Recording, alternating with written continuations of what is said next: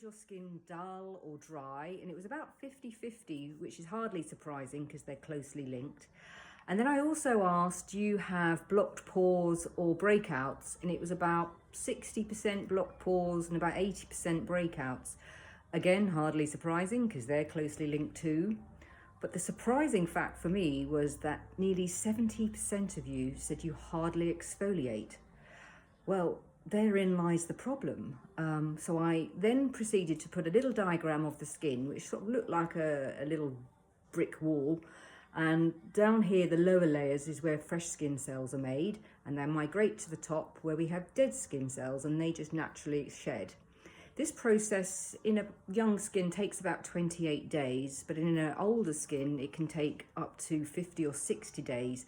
So that's a long time for dead skin cells to be sitting on the surface of our skin. And if you don't exfoliate and encourage them to be removed, your skin is going to look dull and uneven and even dry. And then also in the top layer of our skin, we have a barrier which contains oil and water. And the oil comes from our sebum, and we need that to lubricate our skin.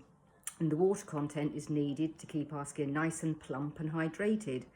But if that oil is allowed to mix in with those dead skin cells that you're not removing, then it's going to clog the pores. They're going to mix together and cause those blocked pores that you're complaining about. And if that's allowed to continue, then the bacteria thrives in that condition and you get inflammation in the skin, which is a breakout. So every skin type needs to exfoliate regularly.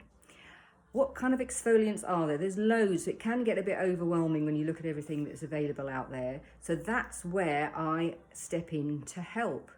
It depends on your skin type. It depends whether you want a physical exfoliant or maybe you want an easy kind of overnight exfoliator that does its work while you sleep. Who wouldn't want that? So the best step is just book a consultation with me. Fill in the link in my bio, fill out the form, and I'll be in touch and step you in the right direction.